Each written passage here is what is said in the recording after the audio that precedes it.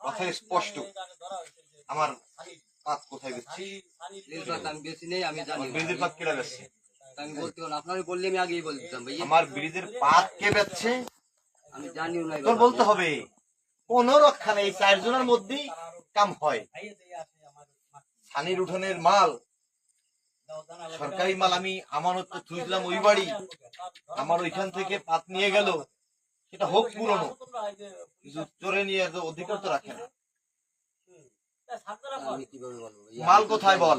আমি জানি না ভাই এই ব্যাপারে। মাল নিয়ে তোকে বদ দিয়ে গেছে, ওই উপর নিয়ে ফেলছে, জং পড়ে রইছে, তাহলে সেই মাল কোথায়? কিভাবে বলবো বল। এটার নাম কইছে কোন দরকার নেই, আমার শুধু ব্রিজের পাত দরকার।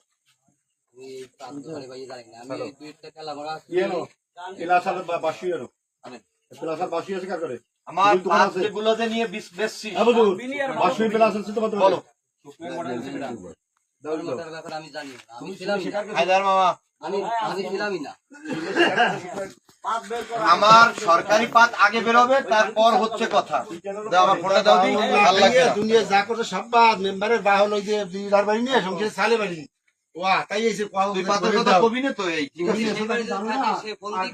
পাতের কথা তোর কল লাগবে না, কল লাগবে না, চলে যা, দেন তোরে দেন দি বারুদ দিয়ে কোর্স করে এই বাজারে কোর্স বলে ও ভাবি তোর এই বাজারে কোর্স বলে এ বুত আমি থাকবে না তুমি এনে বাজ দিছ পারিবারিক কিছু করতে আসবেন না বাবা।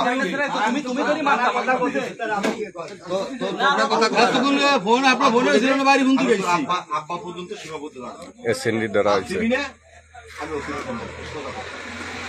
কোথায় আছে আমি এখন সেন্টার জোর করে নিয়ে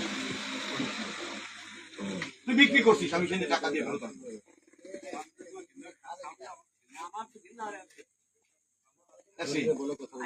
কথা একদম স্পষ্ট, কথা খুব কইও। আমি আমি একদম স্পষ্ট কথা বলি, তোর সর্বোচ্চ সহযোগিতা করবো, কিন্তু আমার পাত কোথায়?